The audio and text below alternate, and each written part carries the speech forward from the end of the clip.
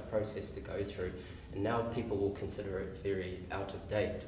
I was choreographing every single step that everybody was doing, and I was also dancing in the pieces. So I went through that whole process, and then I was working a lot in the vertical, and then I started to find myself going down to the floor, and I was trying to figure out all this stuff, and I basically went away into a studio to sort of work it out, this technique, not knowing that this similar things had been done before. So I did this whole process by myself, and I ended up with this sort of release the beast technique. And then I started to discover, oh, there's Zambrano doing his stuff, and I was like, oh hell, I could have saved myself a lot of work. So at the beginning, the technique was for me, I think so. And then I realized I had this experience with a group. I went into a university 5 weeks before their summer break, just working technique. And then 5 weeks afterwards, we did technique and a piece at the end. And wow, it was really impressive. And then I worked another 5 weeks with them just on technique. And by the end, I thought, holy hell, you know, this isn't for me. It became something very non-egocentric.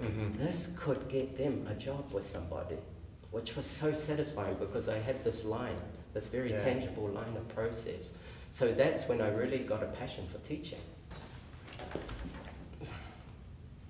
I take a deep interest in each and every student that is in front of me if I'm allowed to have the time with the class. Then, but that's not enough. You need to look at each one and just slightly adjust things, and to push a certain thing with somebody and another.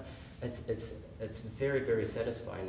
Open classes like this, they work in a completely different way. First of all, you have to think about these are professional dancers. They need to be prepared for the day, so that's priority number one, that you go through as much as possible. But I want to leave a little bit of dance DNA behind.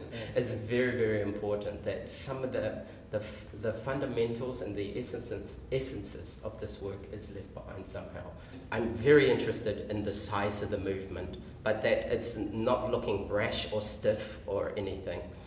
I'm looking for the body to be able to travel across the stage very, very far, much further than the dancer would think that they could, and using certain ideas and concepts that are in the work of Release the Beast. And then in the end, what I find, what it brings to the dancer is a lovely, huge humanness.